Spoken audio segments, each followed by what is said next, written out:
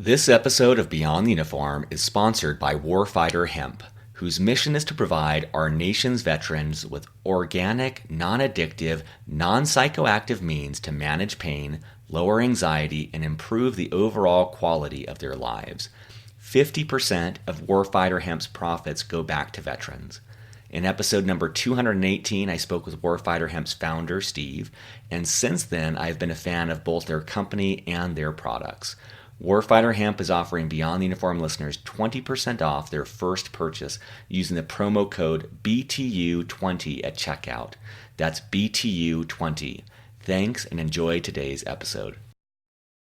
Welcome back to Beyond the Uniform. I'm Justin Asiri, and my goal is to help military veterans and their families thrive in their civilian career. Today's episode number 302 with ESPN's Sal Paolantonio.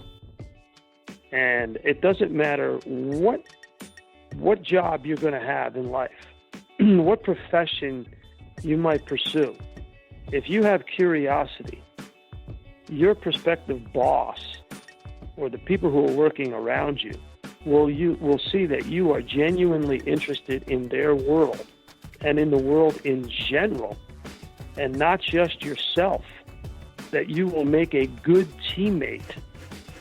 And you will have the humility and the gratitude to perform your job in a team. Sal has had an incredible career as a journalist, from newspapers to authoring 4 books to being a veteran of ESPN for over 25 years. With ESPN, he covers the National Football League for SportsCenter, Sunday NFL Countdown, NFL Live, and Fantasy Football Now. He also hosts the long-running NFL Matchup Show. While Sal's career has been in journalism and sports, he talks about curiosity, about finding information that no one else knows, about approaching one's job with the beginner's mindset, and a whole host of topics that are applicable to any career path if you're seeking to really be at the top of your game. Normally at the start of these interviews, I read the person's bio. With Sal, because we had limited time, I read his bio. I want to read his bio now. So Sal, as I said, is a national correspondent for ESPN. He's done over 25 Super Bowls. Prior to joining ESPN, he was a political reporter from 1985 to 1993, as well as a beat reporter for the Philadelphia Eagles from 93 to 95 for the Philadelphia Inquirer. In 1994, he won the Associated Press Sports Editors Award for reporting, and in 95, he was named Philadelphia's Best Sportswriter by Philadelphia Magazine. He also served as a reporter for Philadelphia's WPHL-TV nightly newscast Inquirer News Tonight from 94 to 95, and hosted Saturday Morning Sports Page, a weekly call-in show on WIP-AM all sports radio from 93 to 95. Sal began his journalism career as a reporter for the Albany Times Union, where he received the Associated Press Managing Editors Award for Enterprise Reporting in 1985. He received the 2017 Jack Newfield Courage in Journalism Award from the New York Daily News. He is the author of 4 books. I'll put all of those in the show notes. He also obviously served in the United States Navy from 1979 to 1983 as a surface warfare officer in the Pacific Fleet, and was awarded the United Nations Meritorious Service Medal in 1981 for supervising the rescue of Vietnamese refugees in the South China Sea. He retired as a lieutenant in 1983 and serves on the board of the Cooper University Hospital Foundation in Camden, New Jersey.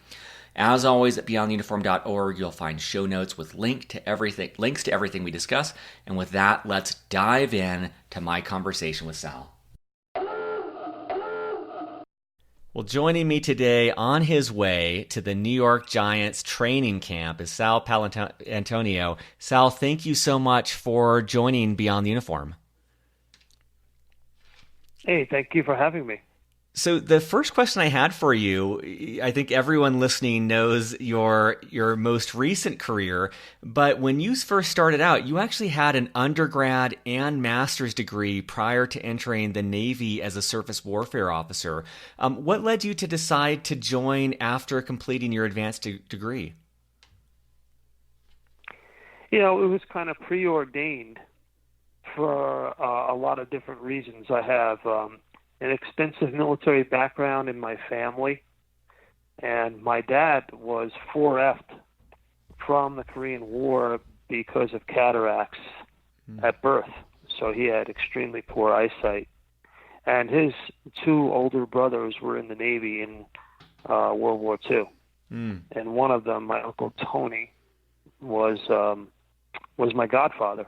And, he basically explained to me one day at my birthday, I think it was my 12th birthday, if I remember correctly, in 1968, that he would like me to go into the military because my dad could not.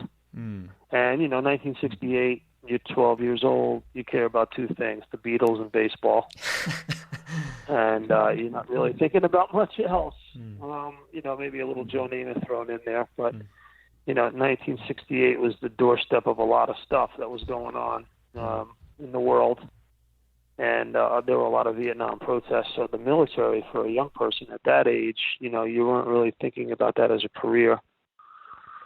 So I went off to college. And when I got to Oneonta State, it was 1974, and the war protests were dying down. There still were some for the older students that were there, not for the younger. And I never participated in the anti-war movement at all. In fact, I found most of it to be antithetical to my beliefs. So I never really fit into the anti-war movement at all.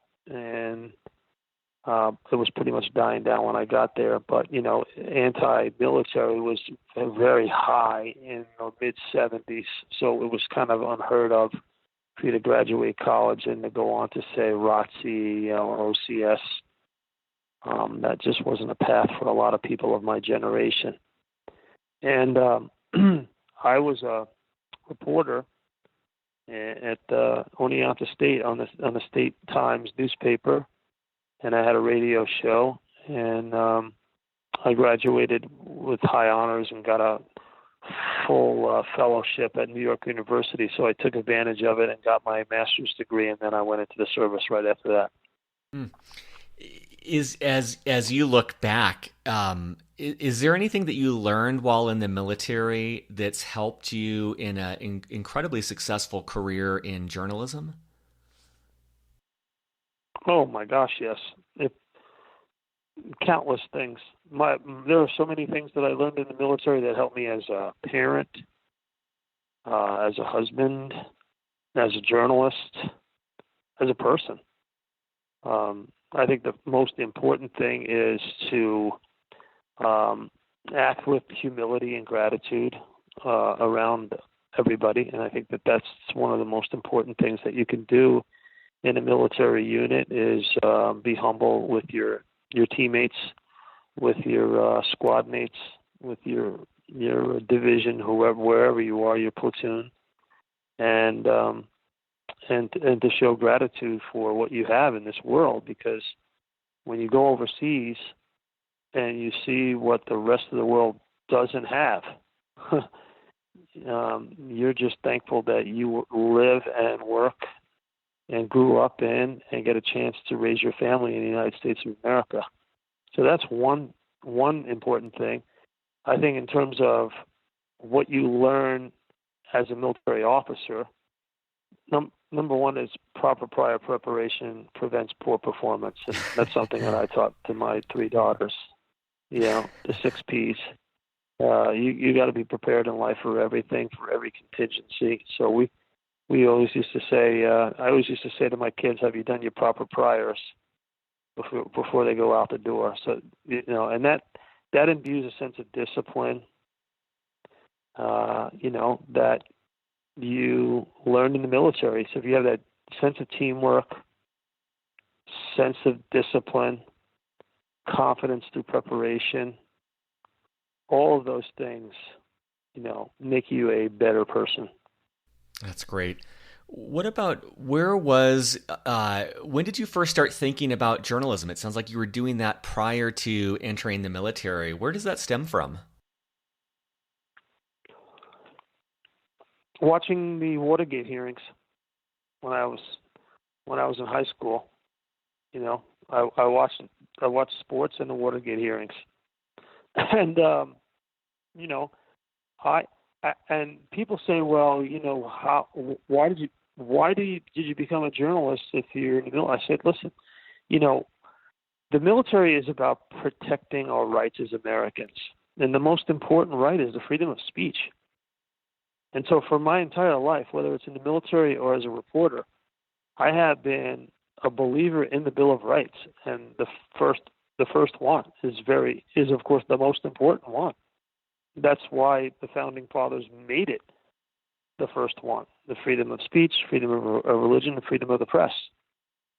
And as a member of the military, I think it's extremely important for people to realize that when you go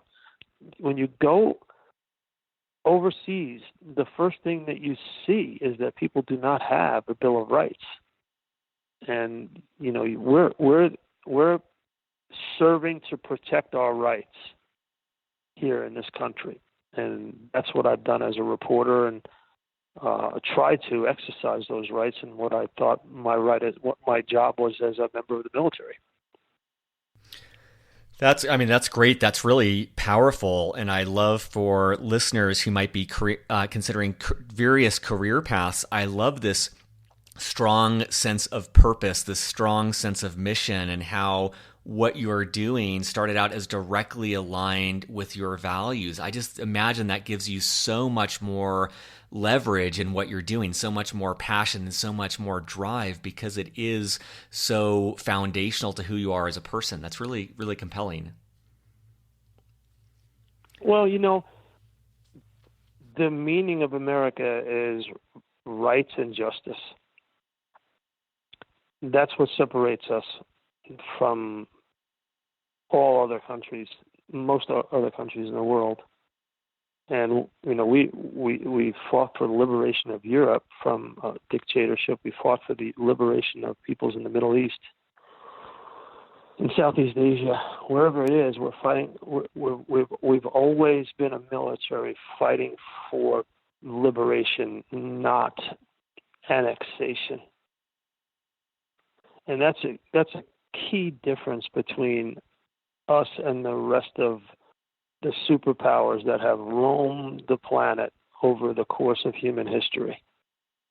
We've never really been anything other than a country that's trying to protect people's rights and get them back from those who have taken them away. That's great. Could you talk to us about what does your life look like right now? I know that many listeners would love to have your career. Could you take us through what a day or a week might look like for you and the types of things that you're doing? Sure. So I'm literally on the doorstep of starting my 25th year covering the National Football League for ESPN, which is pretty cool, right? Totally blessed to have this great job. It's not how I started out. My first job out of the Navy was at the Albany Times Union in Albany, New York. I covered local politics and government in the Capital District region. Then I got hired by the Philadelphia Inquirer to be their national political reporter and covered state and local and national campaigns, including 3 presidential campaigns.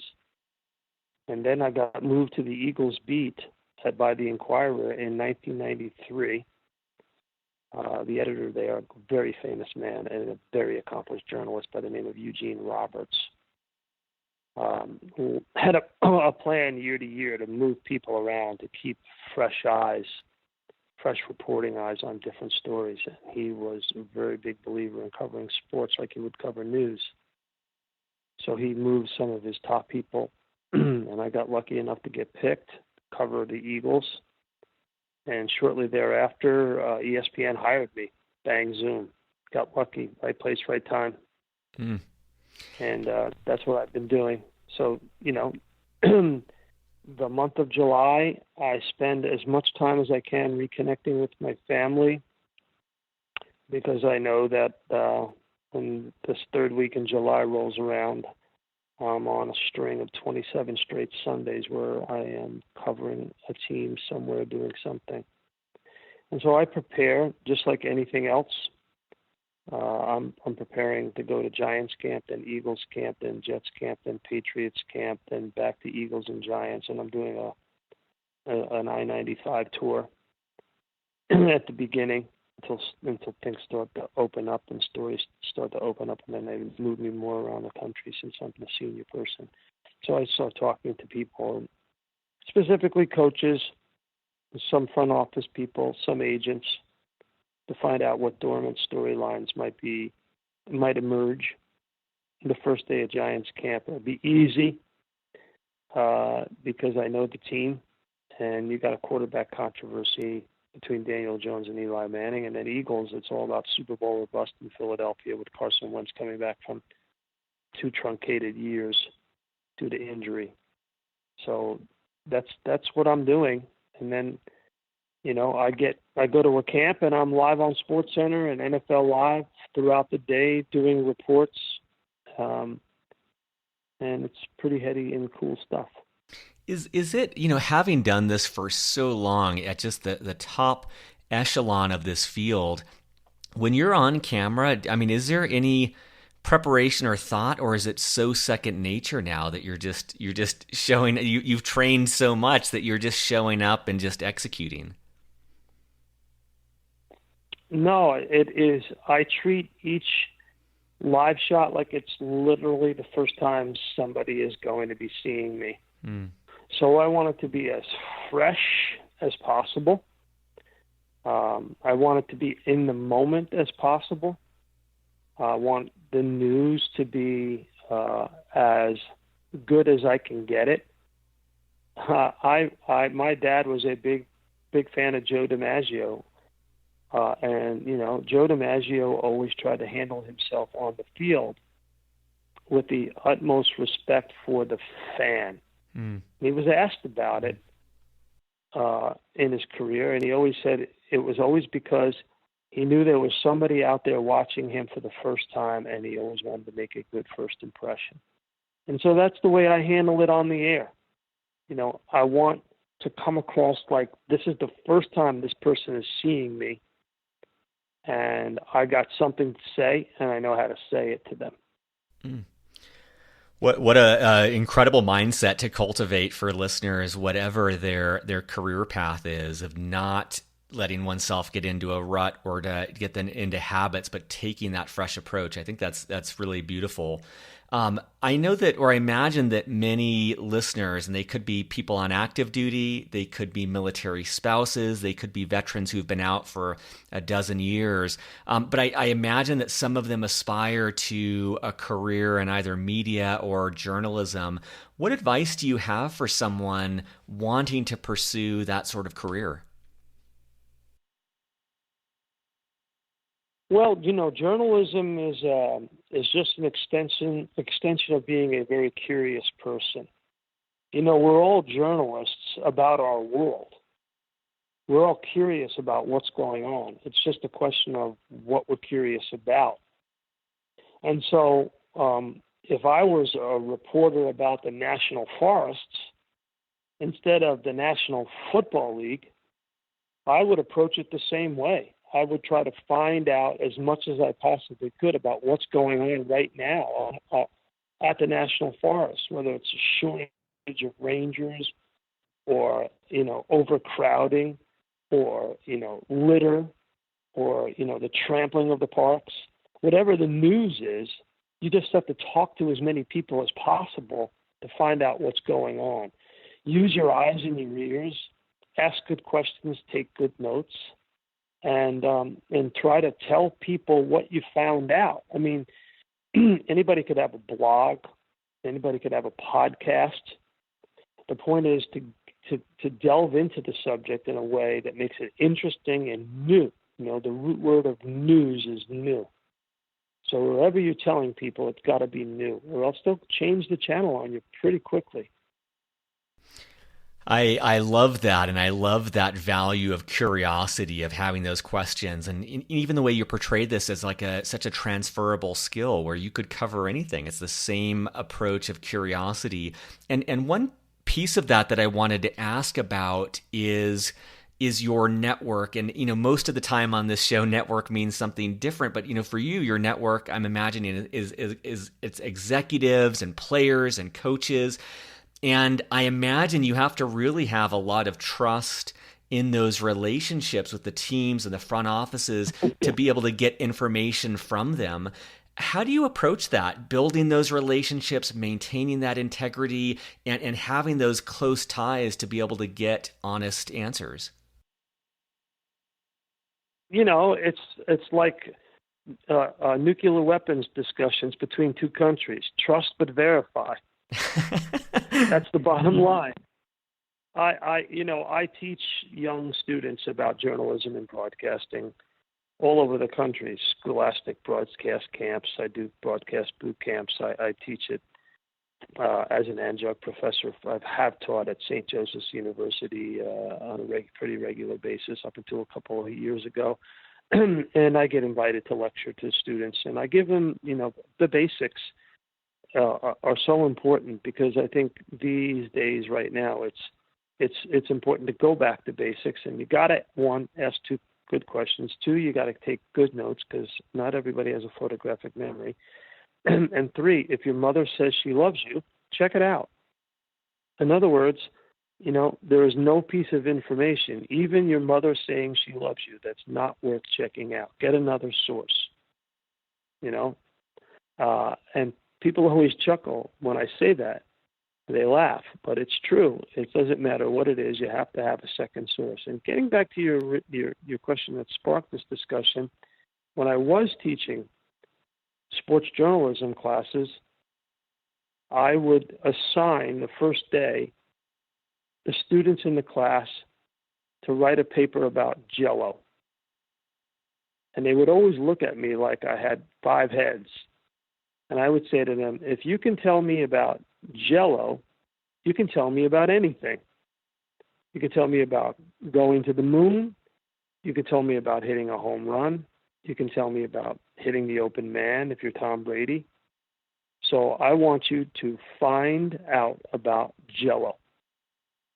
And that's all the instruction I would give them. And the papers that they would write would be fascinating, what they would come up with and the approaches that they would take. And you could tell really fast, really clearly, really quickly who had the chops, who had the curiosity chops. Because you can teach communication, right? But you can't teach curiosity. And it doesn't matter what job you're going to have in life, what profession you might pursue. If you have curiosity, your prospective boss or the people who are working around you will see that you are genuinely interested in their world and in the world in general, and not just yourself, that you will make a good teammate, and you will have the humility and the gratitude to perform your job in a team. I mean, there's so much there that I appreciate, and I love this thought in your work with Scholastic Broadcast Camp around the basics being so important. And I love this emphasis on curiosity and what you said about always showing up as if it's your first time. And I just want to highlight for listeners at the start of the program, we read your really impressive bio. And what I respect about you, Sal, is, I mean, you have done so much in the world of journalism.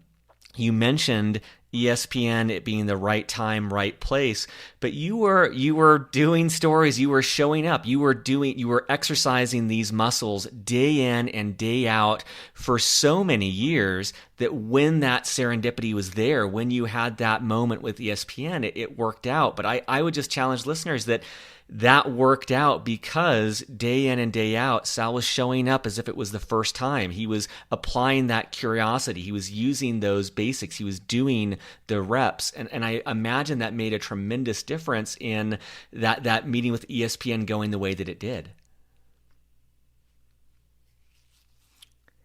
Well, I think that's true. I mean, it's hard to teach somebody to be a journalist, but it's pretty easy to teach them how to be a broadcaster.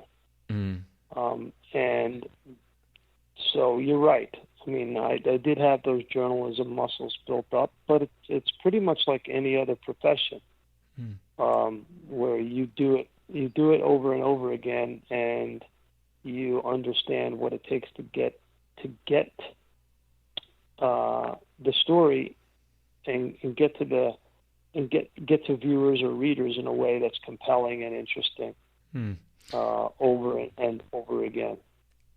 And one thing I'm just wondering is, I know a lot of listeners have talked about challenge and failure and just the setbacks that we all experience in life and in our career.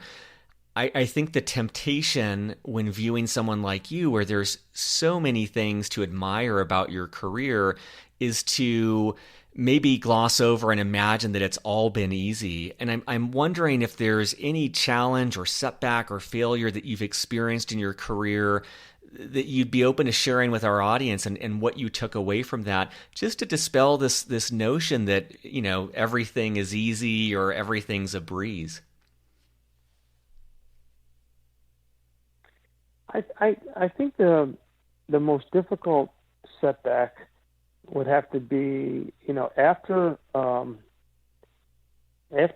covered the 91 campaign for mayor in Philadelphia for the Philadelphia Inquirer, I was trying to figure out what to do next, and I decided to take on a really big project, and that was to write Frank Rizzo's biography.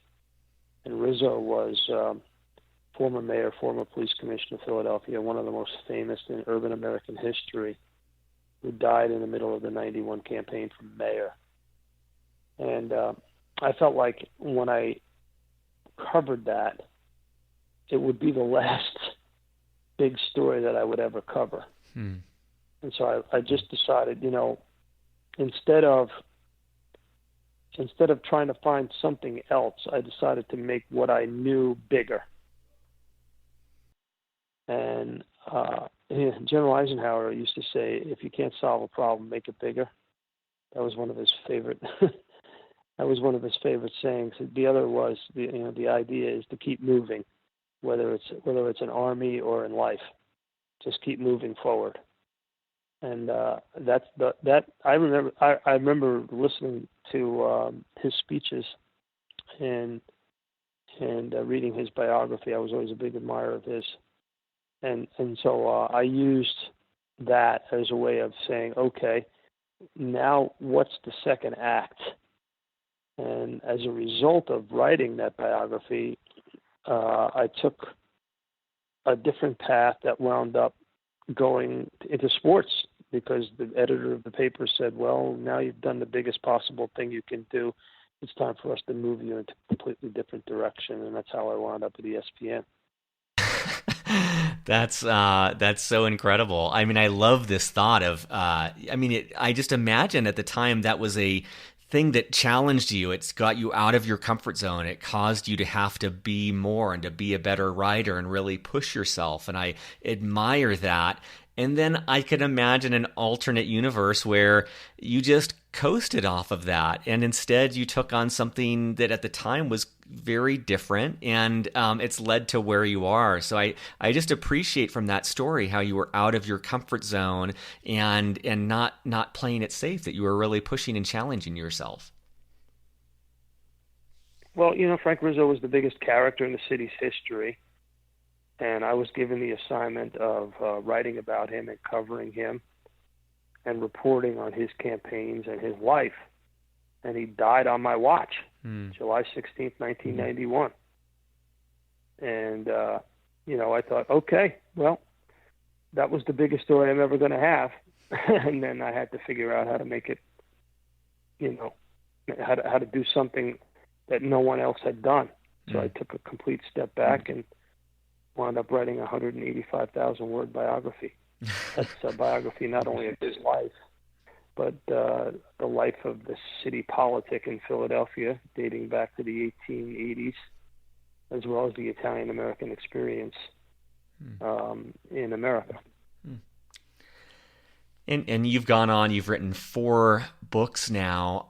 I'm wondering what advice you have. We've had a few authors on the show, and I know many listeners are interested in that path. What advice do you have for aspiring authors, or anything that you found help you maintain that discipline of writing 185,000 plus words?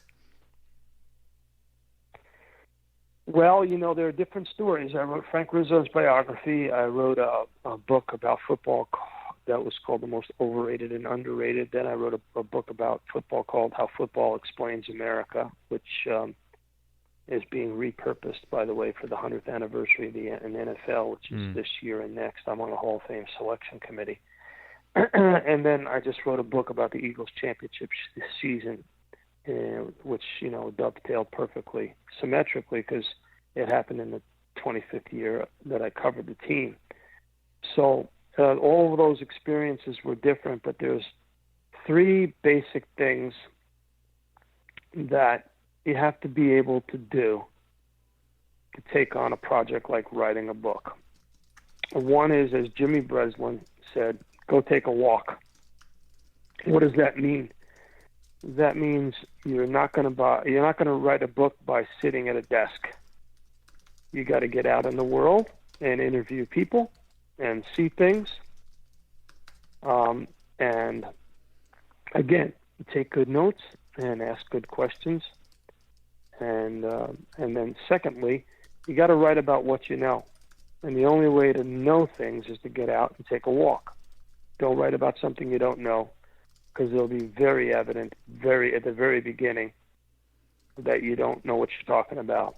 And you won't have any kind of story or structure or character development or anything like that.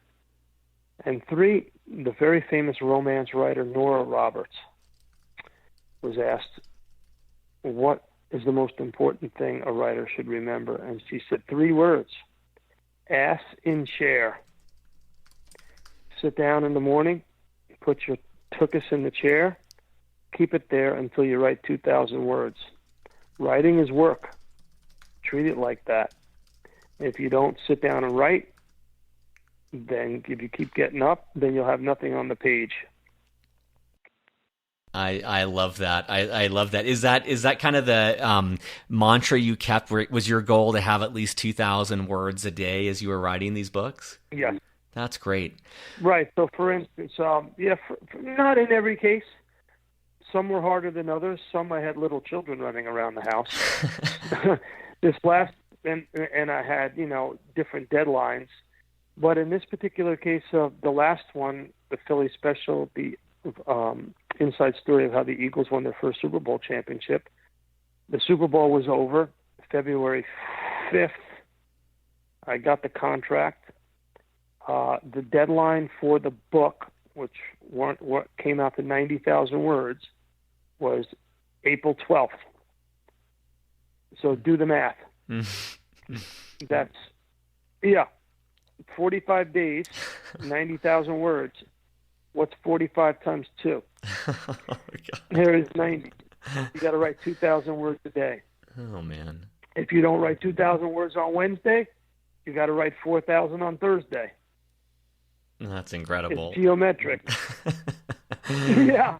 One thing, and I'm a little bit shooting from the hip here, but I would just love your perspective on the way that journalism is changing. And, on the one hand, I'm excited because we live in a time where anyone can post on YouTube, and anyone can have a blog, and anyone can have a podcast, and anyone can be their own celebrity. And at the same time, I'm like mourning this, where it's like, God, it feels like everyone is shouting and no one is listening and no one is having depth, and just everyone feels like they should be on TV. And I'm just curious your thoughts on, like, for, maybe someone's getting out of the military right now and they want to start a career in journalism.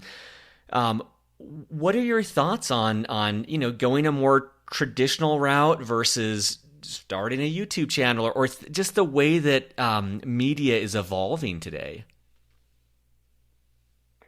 Right. So you hit the nail on the head. If everybody's shouting, it's harder to be heard, right? Mm-hmm. So you have to set yourself apart, especially if you want to get paid to do this. How many podcasts are there? I know the number because I recently looked it up before I got on this podcast. Do you know how many podcasters there are worldwide? 660,000 plus, growing every day. Yep. Okay, so just think about the difference. But when TV first started, when television first started, there were 10 channels, maybe 10 available. Now, people have so many choices. Blogs and podcasts, YouTube channels and Instagram, Facebook. They're bombarded and shouted out from every corner of the universe. So the only way to separate yourself is to be different, and the only way to be different is to be curious about the world and tell people something they don't know. One of the things that I like to do on the set of the show that I host, the matchup show, I've been the host of that show for 18 years on ESPN. It's called the NFL Matchup Show. I have 2 analysts on, Greg Cosell and Matt Bowen, and I've worked with other analysts, but they're the latest 2. I always like to tell them in the meeting, before we go on the air, tell me something I don't know. And when I'm doing that, it's not to be a smart aleck. It's because I'm taking on the role of the viewer. Because the viewer these days knows everything, or at least they think they do because they have access to everything. We live in a world where people have never had more access to information. So you have to tell them something they don't know. And the same thing is true in any walk of life. Tell your children something they don't know. Tell your spouse something they don't know. Tell your boss something they don't know, and they'll give you a raise. I love that. I mean, I just love that point of differentiation, of adding value, of thinking different or being different. And you're right, like this is an age where people have never had more immediate access to more information. And so it gives me even more respect for what you're doing, the amount of work you must have to do to uncover that new information and to be able to communicate it efficiently. It's an incredible skill set to have. I have the advantage of having the platform of ESPN. When I retire and get my boat, the back of the boat, the name of it is going to be 4 magic letters. I believe it. Well, I know we are short on time, and I always just like to leave the last question open-ended. And, I've asked this on over 300 interviews. I always ask for, what have we not covered that you want listeners to know? And I feel like it's even more important, Sal, for you, because looking at your bio, it's such a daunting challenge to try to think of like how to use this time efficiently to get things that would benefit our audience, because there's so much we could cover. So I'd just love to turn the last question over to you. What have we not covered that you would want listeners to know before we wrap up? A lot of things in life are overrated. Being a grandfather is not one of them. That's beautiful. I've got a 6-month-old son here. I have 3 grandchildren, and I love them. It's great. That's wonderful. Well, Sal, I appreciate your taking the time from a crazy schedule to connect with me and the Beyond the Uniform audience, and I appreciate, as a fellow military veteran, what you're doing in the world to show military veterans achieving great things in the world. So thank you for both of those things. Yeah, it was totally my honor and privilege. I'm glad to talk to you. Thank you. Surface.